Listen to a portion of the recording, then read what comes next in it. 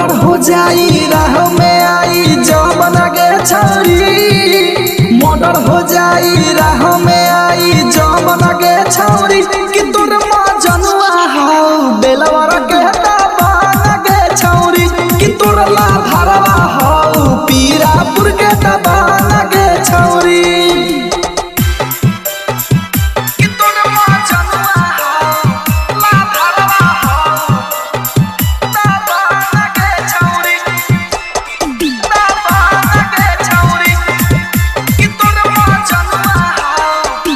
हमरा बारे में तू काली है पता नेता विधायक से जुड़ल हम नाता छेरी ना कोनो कहा ही बाका ले के हरदम चला ही काटा।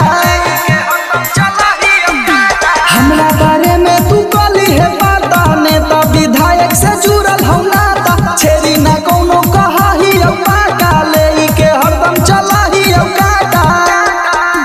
चला ही हरदम सीना उतान लगे छौरी। चला ही हरदम सीना उतान लगे छौरी कि तोर मजनुआ हाउ हुसैन के दबा लगे छौरी कि तोर ला भरवा हाउ बोझा के दबा लगे छौरी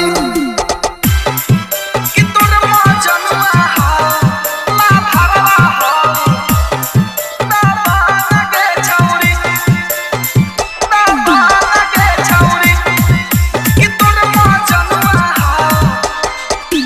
राइटर नीतीश लाल के हकी तू मान गे बोल दी के करे हकई ना जाल गे। ऋतिक पांडे के हकी तू मान गे बोल दी के करे हकई ना जाल गे। राइटर नीतीश लाल के हकी तू मान गे बोल दी के करे हकई ना जाल गे। ऋतिक पांडे के हकी तू मान गे बोल दी के करे हकई ना जाल गे। तोहे जे छेरी मचा दे भुरदान लगे छौरी। तोहे जे छेरी मचा दे भुरदान लगे छौरी तो तोर मजनुआ हौ भगवानपुर